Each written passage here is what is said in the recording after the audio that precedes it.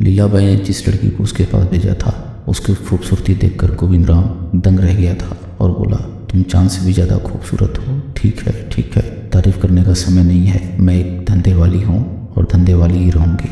आप कितनी भी तारीफ कर लो। लगता है तुम कोठे पर अपनी मर्जी से नहीं आई हो। गोविंद राम ने सवाल पूछा। देखिए मिस्टर, फालतू सवाल मत पूछो। ठीक है, नहीं पूछूंगा, मगर मैं नाम तो जान सकता हूँ तुम्हारा। आपको नाम से क्या है? लीलाबाई ने जिस काम से भेजा है वह काम करो और भागो। फिर भी मैं तुम्हारा नाम जानना चाहता हूँ। मेरा नाम जमुना है। क्या तुम अभी शादी करने की इच्छा रखती हो? अब कौन करेगा मुझसे शादी? अगर कोई तुमसे शादी करने को तैयार हो तो शादी कर लूंगी। मैं इन मर्दों को अच्छी तरह से जानती हूँ। ये सब केवल औरत के जिस्म से खेलकर इस गंदगी में ढकेलना जानते हैं। तुम्हें मर्दों से इतनी नफरत क्यों है? मगर आप ये सब क्यों पूछ रहे हैं? आप अभी धंधे वाली के पास हैं। आप अपना काम करिए और यहाँ से जाइए।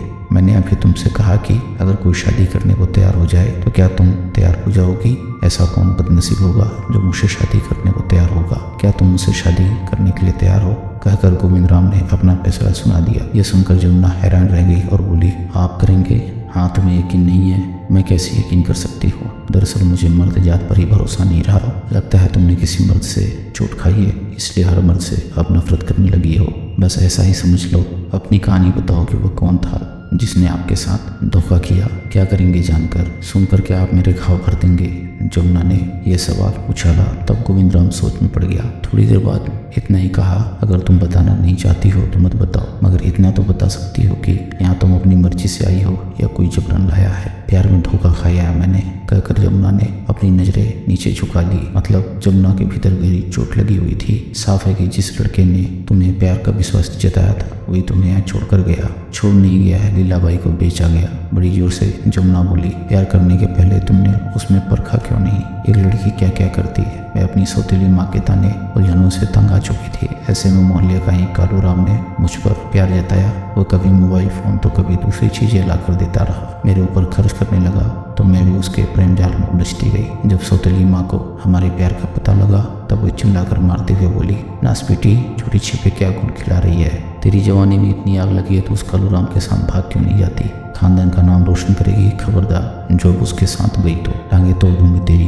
तेरी माँ ऐसी बिगड़े औलाद पैदा कर गई। अगर तुझसे जवानी नहीं संभल रही तो किसी कोठे पर जाके बैठ जा। वहाँ पैसे भी मिलेंगे और तेरी जवानी की आग भी मिट जाएगी। इस तरह आए दिन सौतेली माँ ताने सताने लगी, पर मैं कालू राम से बातें कहती रही। वह कहता रहा, घबराओ मत जमुना, मैं तुमसे जल्दी ही शादी कर लूंगा। मैंने उससे पूछा, मगर कब करोगे? मेरी सौतेली माँ को हमारे प्यार का पता चल गया है। उन्होंने मुझे खूब पीटा है। यह सुनकर वह बोला, ऐसी बात है तब तो एक ही काम रह गया है। मैंने हैरान कर पूछा, क्या काम रह गया है? उसने धीरे से कहा, तुम्हें हिम्मत दिखानी होगी।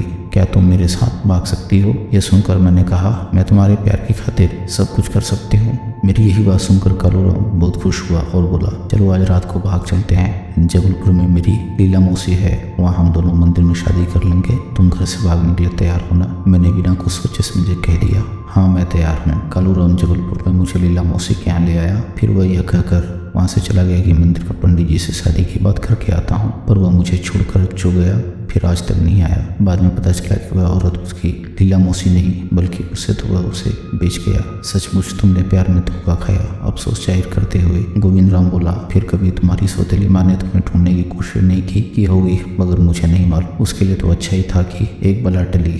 अगर मैं जाती भी तब भी मुझे नहीं अपनाती। अब तुमने क्या सोचा है? गोविंद राम ने कुदेरा। सोचना क्या है, अब लीलाबाई के कोठे को ही सब कुछ मान लिया है। यमुना ने साफ कह दिया, मतलब तुम मुझसे शादी नहीं करना चाहती हो। हम एक दूसरे को नहीं जानते, फिर औरत जात ठहरी। आप जैसे पराए मर्द पर कैसे यकीन कर लूँ? कहीं दूसरे कालू राम निकल जाओ। तुम्हारे भीतर मर्दों के लिए नफरत बैठ गई है, मगर मैं वैसा नहीं हूँ जैसा तुम समझ रही हो। एक ही मुलाकात से मैं कैसे मान लूँ? ठीक है, मैं कल फिर आऊँगा, तब तक अच्छी तरह सोच लेना, कहकर गोविंद राम उठकर चला गया। जमुना को यह पहला ऐसा मर्द मिला था जो उसके शरीर के साथ खेल कर नहीं गया। 3-4 दिन तक गोविंद राम लगातार आता रहा, मगर कभी जमुना के शरीर से नहीं खेला। तब जमुना बोली, आप रोज आते हैं पर मेरे शरीर से खेलते नहीं, क्यों? जब तुमसे मेरी शादी हो जाएगी तब रोज तुम्हारे शरीर से खेलूंगा। मुंगेरी लाल के हसीन सपने मत देखो। जब तक लीलाबाई के लिए मैं खरा सिक्का हूँ वो मुझे नहीं छोड़ेगी। यह बात है तो मैं लीलाबाई से बात करता हूँ, करके देख लो, वो कभी राजी नहीं होगी। मैं लीलाबाई को राजी कर लूंगा,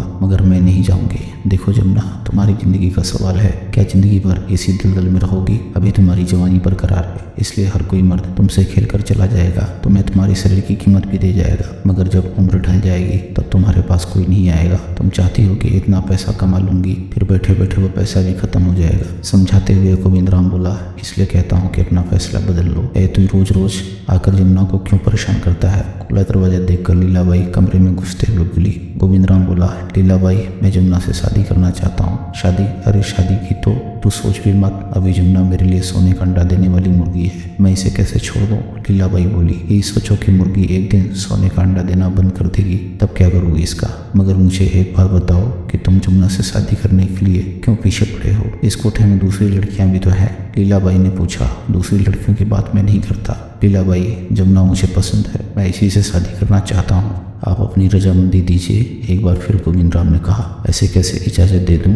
तुम कौन हो? तुम्हारा खानदान क्या है? अपने बारे में कुछ तो बताओ। अगर मैं अपना खानदान बता दूंगा तब क्या तुम जमुना से मेरी शादी के लिए तैयार हो जाओगी? मुमकिन है कि मैं तैयार हो भी जाऊँ। लीलाबाई ने कहा। देखो लीलाबाई, मरने से पहले मेरे पापा कह गए थे कि तुम अपनी माँ नहीं, धंधे वाली से पैदा औलाद हो। तुम्हारी माँ तो बांझ है। लीलाबाई खामोश हो गई। थोड़ी देर बाद वह बोली, हमारे पिता ने यह नहीं बताया कि वो धंधे वाली कौन थी। बताना तो चाहते थे, मगर तब तक उनकी मौत हो गई। गोविंद राम ने कहा। लीलाबाई ने पूछा, अच्छा तुमने अपने पिता का नाम तो बता सकते हो? गोपाल राम। तब लीलाबाई कुछ नहीं बोली, वह अपने अतीत में पहुंच गई। बात उन दिनों की थी जब लीलाबाई जवान थी। एक दिन गोपाल राम एक अधेड़ कोठे पर आया था और बोला, देखो लीलाबाई, मैं तुम्हारे पास इसलिए आया हूँ कि मुझे तुम्हारे पेट से बच्चा चाहिए। मैं एक धंधे वाली हूँ, मैं बच्चा नहीं चाहती। लीलाबाई ने इनकार करते हुए कहा, अगर बच्चा ही चाहिए तो किसी और से शादी क्यों नहीं कर लेते? मेरी शादी के 10 साल गुजर गए हैं, अगर पत्नी माँ नहीं बन पाई तब दूसरी शादी क्यों नहीं कर लेते हो?